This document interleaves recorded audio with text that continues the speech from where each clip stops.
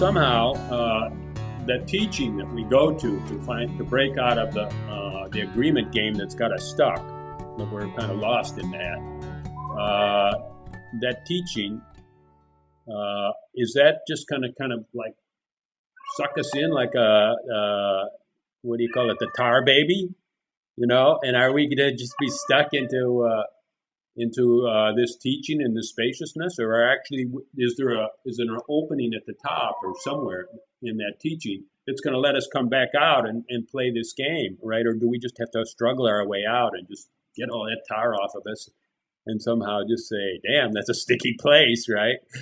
And come back out here and play with our fellow humans. And I call that empowerment, right? And taking a step that I've never took before, and traveling and moving around and doing all kinds of things that I never would have thought I would do. Maybe we have nothing to give people, because we've got our own hang-ups and we're just giving our hang-ups for theirs.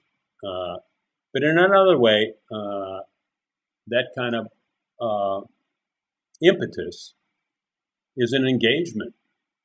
And so much comes out of engagement, right? So much comes out of engagement, because then you have a reflection and somebody else trying to change you, you're trying to change them, and somehow, you're living in these couples, in these dyads, in these engagement. And I would say that's what I totally noticed, that dead end of spirituality and non-duality is that engagement is so optional. It's like if you start to spout out like there's no me, so then there's no you. So who's there to be engaged, right? And then you can say this bullshit that we're one, right? And so we don't need to engage, right? It's all excuses. Say don't go out, don't express, don't express yourself, right? And you're writing, you're expressing yourself. I've been doing these movies and stuff. I'm expressing. I totally believe in expression, and I totally believe in engagement. And that teaching is so anti-engagement, and so says that you're sufficient. And even people like Eckhart Tolle, they make up these things that say you're a frequency holder. Just stay in your meditation. You're a frequency holder, and you can live in a closet, right? And you're serving the world by holding this high frequency.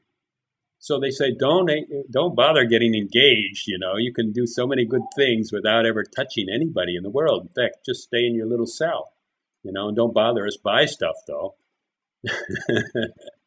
And that's disempowering. It's so disempowering, non-duality. Unbelievable. Once you learn that you're not stuck in the game of agreement, go out and participate in the game of agreement.